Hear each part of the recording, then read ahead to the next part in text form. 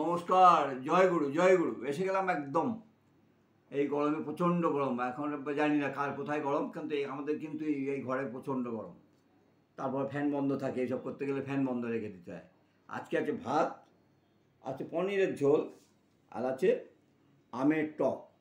এখন দেখছি আঙুলে দেখছি এই প্যান্ট, আমি এটা কোনোদিন আনিনি, এটা ছেলে নিয়ে এসছে। যাই হোক, আমি কোনো ভেতরে পিস পিস করা থাকে আমি খেয়াল করিনি, আজকেই দেখলাম পিস পিস করা থাকে। আমি এতদিন নিয়ে আসতাম, এটা 200 প্যাকেট থাকে, এটা এর মতন পাটালির মতো পাতলা একটাই, ওইটা 200 প্যাকেট থাকতো। এখন দেখছি, এবার দেখছি পিস করা, আমার খেয়াল করিনি কোনো সময়, তাই আমি আজকে দেখে দেখলাম, ভালো লাগলো।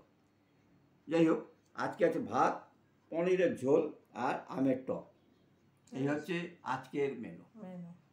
তা রোজকার মধ্যে একটু বলি, একটু আমার ইউটিউব চ্যানেল প্লিজ যদি একটু করে আপনারা সাবস্ক্রাইব করে ফলো করে বা শেয়ার করে দেন তো খুব ভালো হয়। সবার কাছে বলি যে আপনারা তো দেখেন, সত্যি দেখেন, যদি একটু করে ফলো করে শেয়ার করে দেন তাহলে আমরা বেঁচে যাই। আমার বেঁচে যাই মিনস আমার একটু উপকার হয়ে আমি একটু এগিয়ে যেতে পারি। তাই প্রত্যেককে একটু বলি যে প্লিজ একটু করে সাবস্ক্রাইব করে একটু করে লাইক করে দিন, একটু করে সাবস্ক্রাইব করে একটু লাইক করে দিন, আর কিছু নয়। শুরু করা যাক।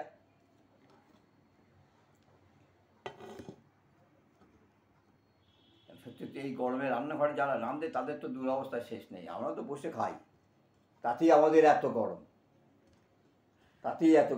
অবশ্য গরম আমরা একা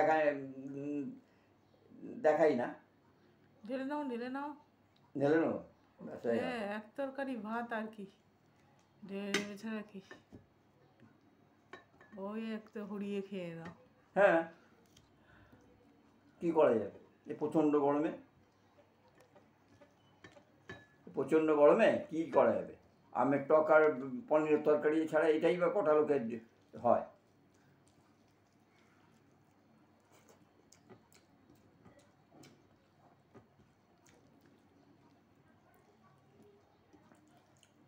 চালটা ওদের কি লাল বাবা নাকি চাল এনেছে, ওই বিলিংটির থেকে করলেই ওরা লাল বাবা ভালো থেকে। লাল বাবার অবশ্য কোয়ালিটি আছে, এই কোয়ালিটিটা ভালো না আর কি।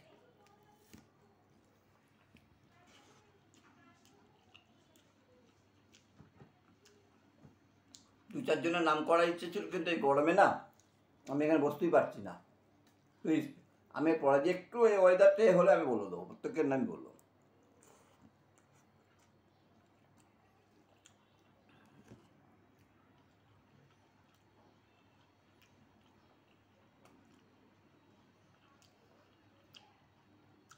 কালকে অর্পণা মা বলেছে, আমি শুনতে পাচ্ছি, ভালো হয়েছে, আমি খুব খুশি হয়েছি।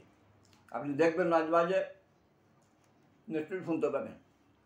চেষ্টা করছি আর কি জড়িয়ে বলা, যতদিন না মাইক্রোফোন কিনতে পারি।